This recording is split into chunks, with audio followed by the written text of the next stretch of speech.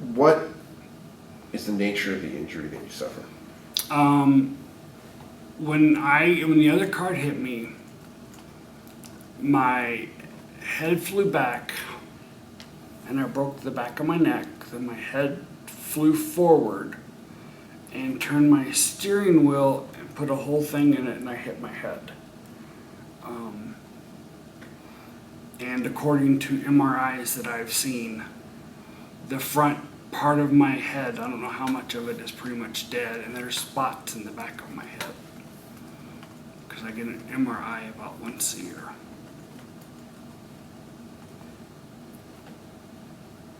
What was the nature of the collision? Was it head-on? It was head on.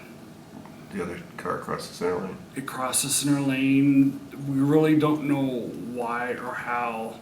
He was a smoker, and the only theory that my dad could come up with was he probably dropped ashes on him and was trying to flick him away before he burned. Did he get killed?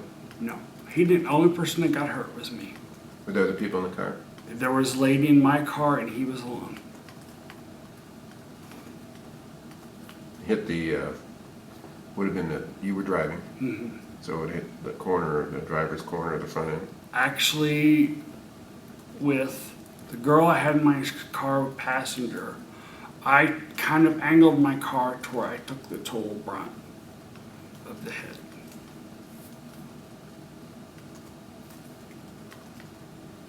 You said you broke your neck? Yeah. Well, I didn't break my neck. I broke this backbone back here where the sensory for your teeth and a couple other sensory areas are in the brain. Now, is that part of your skull? Yes. It's the lower portion back here. You were in a coma? 6 weeks. Where did they take you? Well, at first they took me to University Hospital, which is a grade 5 trauma hospital, which I didn't know. And then they, after 2 weeks of being there, they transferred me down to Elizabethtown, Kentucky to be in a nursing home, to be in the pathway section of that nursing home. Were you conscious at the time they transferred you? Nope. So you were at University of Louisville Hospital for 2 weeks, Mhm. then They flew me down to E-Town. had they given up on your prospect of waking up at the time they transferred you? Well, to go about the waking up, you have to go back to my accident when I got to the hospital. I was slipping into a coma, but they also induced one. And that's why my dad said I probably stayed out so long.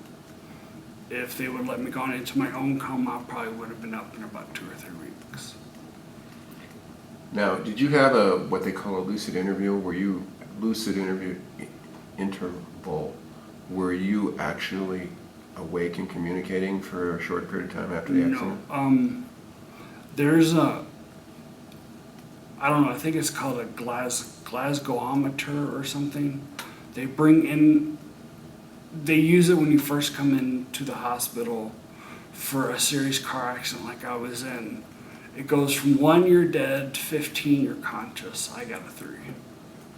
Actually, that's the Glasgow Coma scale. That's a Glasgow Coma scale. And 3 is actually the score that you would get if you're dead as well. You can have a 3 and be. I had a 3. They didn't expect me to live through the night.